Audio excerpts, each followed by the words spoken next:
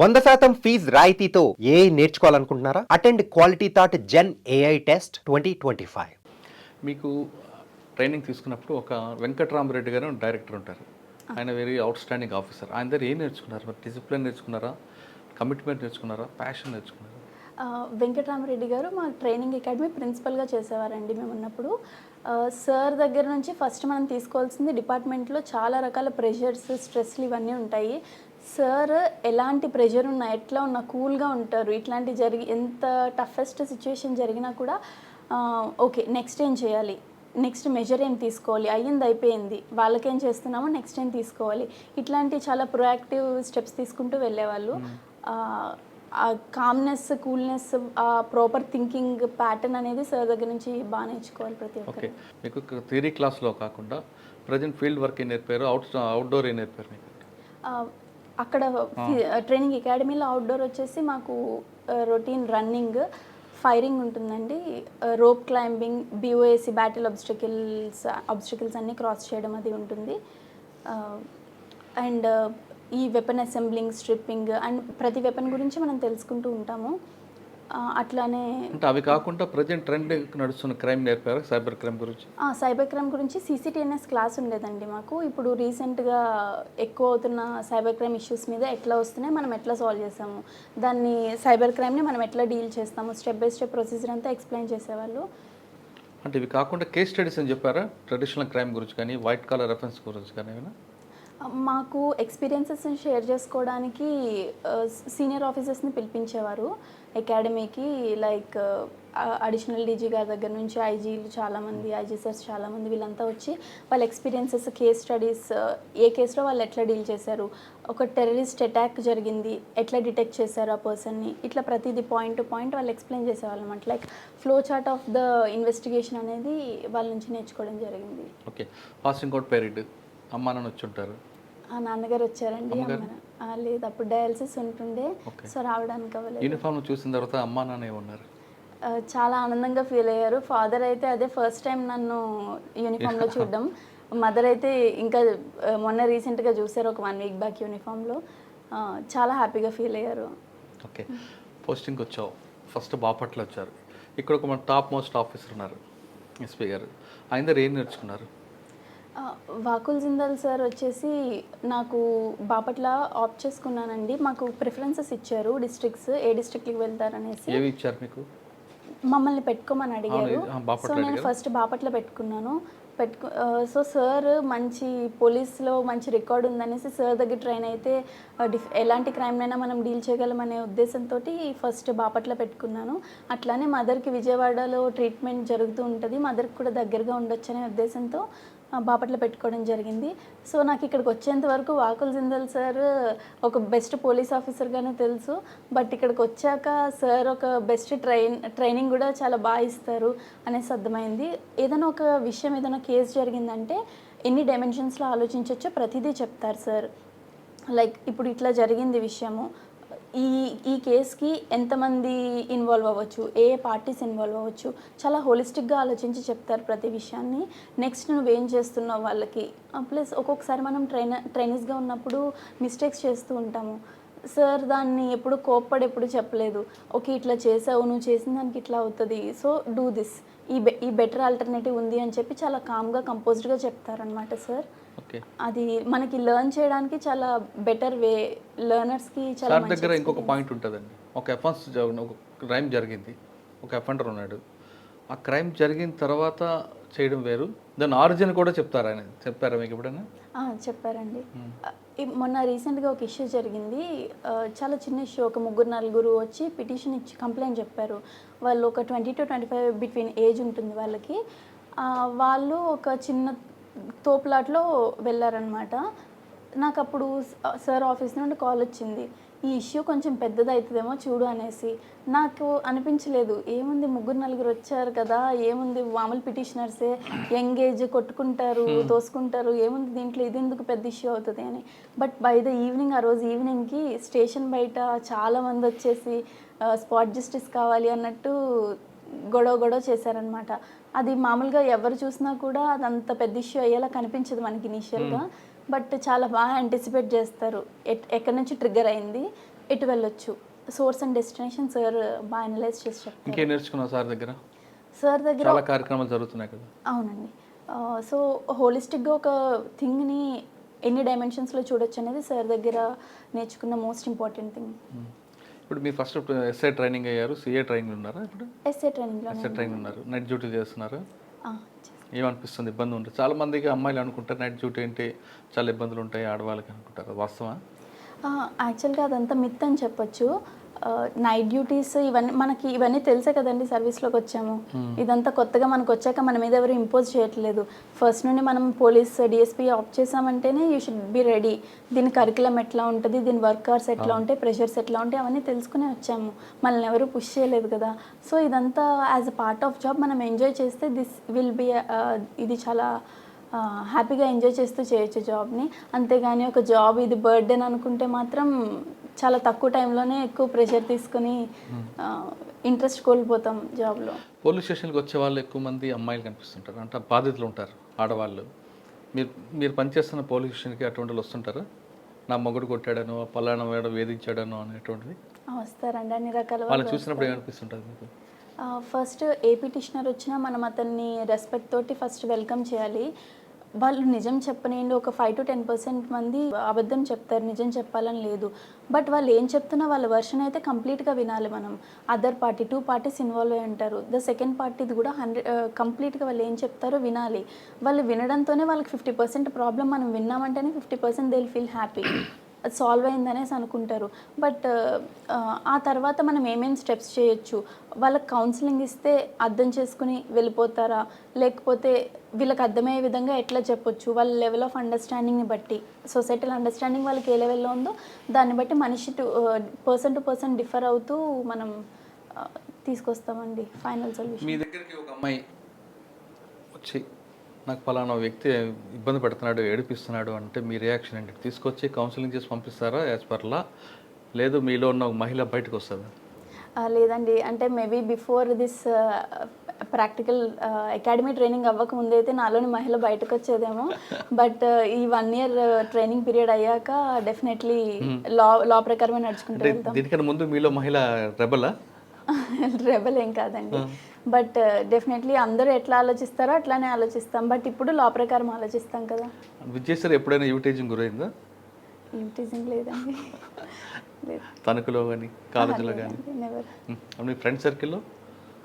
అంటే నా వరకు అది తెలిసిందైతే లేదు, మేబీ అంతకంటే నాలెడ్జ్ లేదండి దానిపైన. చాలా సినిమాలు చూస్తుంటాం కదా, అటాక్లు అవుతుంటే బయట వింటుంటే స్టోరీలు, అటువంటివన్నీ ఎదురైతే విజయ్ ఏ విధంగా డీల్ చేస్తుంది? ఫస్ట్ ఆఫ్ ఆల్ మనము ఎప్పుడు అమ్మాయికి this is good, this is bad అనేసి చెప్తూ ఉంటాము. బట్ బిఫోర్ దట్ మెన్ని కూడా అదే ఈక్వల్ లెవెల్లో ఎడ్యుకేట్ చేయాలి. అంతేకాని విమెన్ని రెస్ట్రిక్ట్ చేయడం కంటే మెన్ని ఎడ్యుకేట్ చేయడం విల్ బ్రింగ్ మోర్ డిఫరెన్స్. ఇట్లానే ఇప్పుడు ఈ టీజింగ్ ఇట్లా చేసే వాళ్ళంతా కాలేజ్ స్టూడెంట్స్ ఉంటున్నారు, వాళ్ళకి ఒక లెవెల్ ఆఫ్ అండర్స్టాండింగ్ ఉంటుంది. మనం చెప్తే అర్థం చేసుకునే వాళ్ళంతా, లైక్ చదువులేని వాళ్ళు అయితే కాదు కదా. వీళ్ళకి అర్థమయ్యే విధంగా ఎట్లా చెప్తే అర్థమవుతుంది, ఎవరు చెప్తే అర్థమవుతుంది, ఏ విధంగా చెప్తే అర్థమవుతుంది గమనించుకొని ఆ రకంగా చెప్పామంటే వాళ్ళని కూడా మనం కంట్రోల్ చేయొచ్చు. అట్లానే ఇప్పుడు మనకి టెక్నాలజీ చాలా స్పీడప్ అయ్యింది. ఈ టైంలో మనం ఏదన్నా ప్రాబ్లం వచ్చినా కానీ దిశ పోలీస్ స్టేషన్స్కి కానీ దేనికన్నా కాల్ చేయించే మెకానిజమ్స్ పెట్టారంటే, ఇట్లాంటి మెకానిజం వస్తేనే సగం మంది భయపడి ఆగిపోతారు.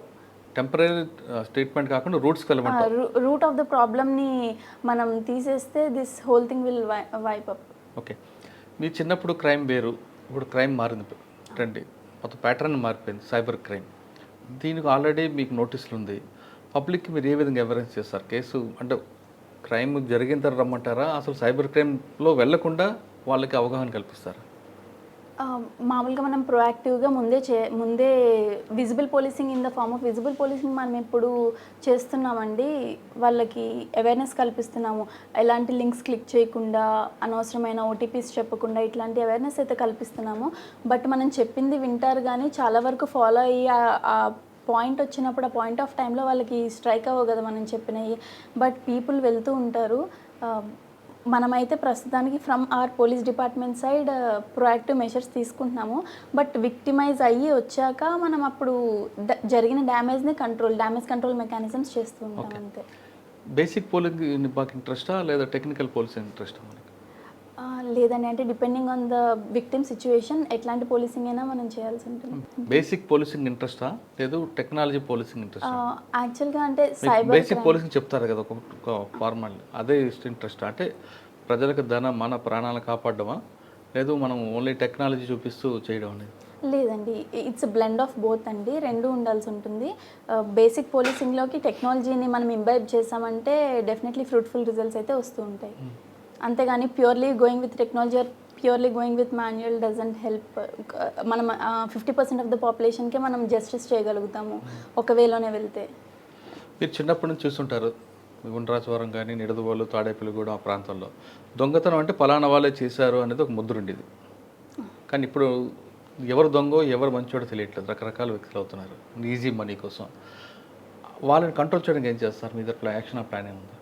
ఫస్ట్ వాంట్ ఆఫ్ మనీ, అంటే ఎక్కువ డిజైర్స్ ఎక్కువ పెరిగిపోతున్నాయి. ఇంతకుముందు కాలంలో ఎట్లా ఉండేదంటే నేను కాలేజ్కి వెళ్ళినా నాకు ఒక సైకిల్ కొనిస్తే చాలు, నడవకుండా వెళ్ళొస్తాను అనే రోజుల్లో మా పేరెంట్స్ వాళ్ళు ఉండేవారు. బట్ ఇప్పుడు ఎట్లా ఉందంటే వాడు ఆడీలో వస్తున్నాడు, నేను దాంట్లో వెళ్ళాలి అనే డిజైర్స్ అయితే పెరిగిపోయినాయి. ఆడీలో వస్తున్నాడు, నాకు బాడీ లేకపోయినా ఆడీ కావాలంటున్నాడు. అట్లా డిజైర్స్ పెరిగిపోయినాయి. దానివలన ఆ డిజైర్స్ పేరెంట్స్ మీట్ కాలేక కొంతమంది ఇబ్బంది పడుతున్నారు. దానివల్ల వీళ్ళు క్రైమ్స్లోకి వస్తున్నారు. అండ్ రేంజ్ పెరిగే కొద్దీ ఈ డ్రగ్స్ ఇట్లాంటి వాటికి, ఆల్కహాలిజం ఇట్లాంటి వాటికి ఎక్కువగా ఎఫెక్ట్ అవుతున్నారు అనమాట వీళ్ళు. సో పక్కన వాళ్ళని చూసి కొంత నేర్చుకుంటారు, టీవీలో చూసి కొద్దిగా నేర్చుకుంటారు. అండ్ మనం అబ్జర్వ్ చేస్తే కానీ 80% ఆఫ్ ద క్రైమ్స్ 70 to 80% ఖచ్చితంగా ఈ మందు వల్లనే జరుగుతున్నాయి. అది మనం చూస్తున్నాం కదా, ఇంట్లో గొడవలు కానీ, రోడ్డు మీద గొడవలు కానీ, కాలేజెస్లో కానీ, ఎవరైనా ఈ లిక్కర్ కన్జ్యూమ్ చేసిన వాళ్ళ వల్లనే there is more this prone to. ఫ్యూచర్లో మీ దగ్గర ఒక మహిళ వచ్చి నా భర్తను నన్ను కొడుతున్నాడు అని కేసు పెడితే వాళ్ళిద్దరిని పిలిపించి కౌన్సిలింగ్ చేసి కలుపుతారా, లేదు కొట్టామని చెప్పి వాడు 2 చెంపలు వాంచి రిమైండ్ చేస్తారా?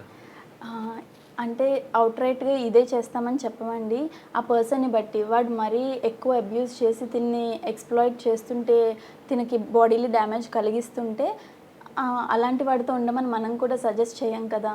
అట్లా కాకుండా జస్ట్ ఏదో మాటల వాగ్వాదం ప్రతి కుటుంబంలో ఉండేలాగా జరిగిందంటే అతనితో ఉండమని చెప్తాము, కౌన్సిలింగ్ చేస్తాము. విడగొట్టడానికి ఎక్కువగా ప్రయత్నించారు.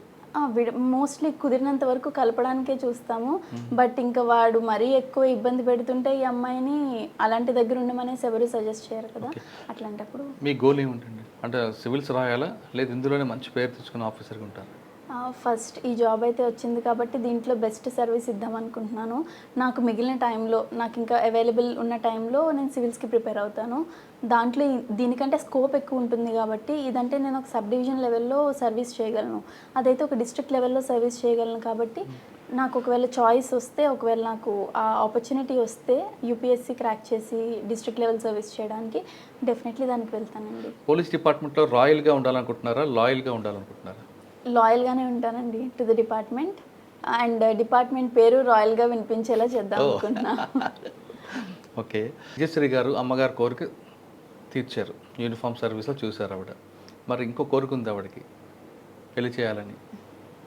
మరి అది ఎప్పుడు తీరుస్తారు? టైం వచ్చినప్పుడు అదే అవుతుందండి. కళ్యాణం వచ్చినా కక్క వచ్చినా ఆగదంటారు కదా. సో ఆ కోరిక కూడా తీర్చాలి కదా మీరు. టైం వస్తే అదే అవుతుందండి, మనం ఆపిన ఆగదు.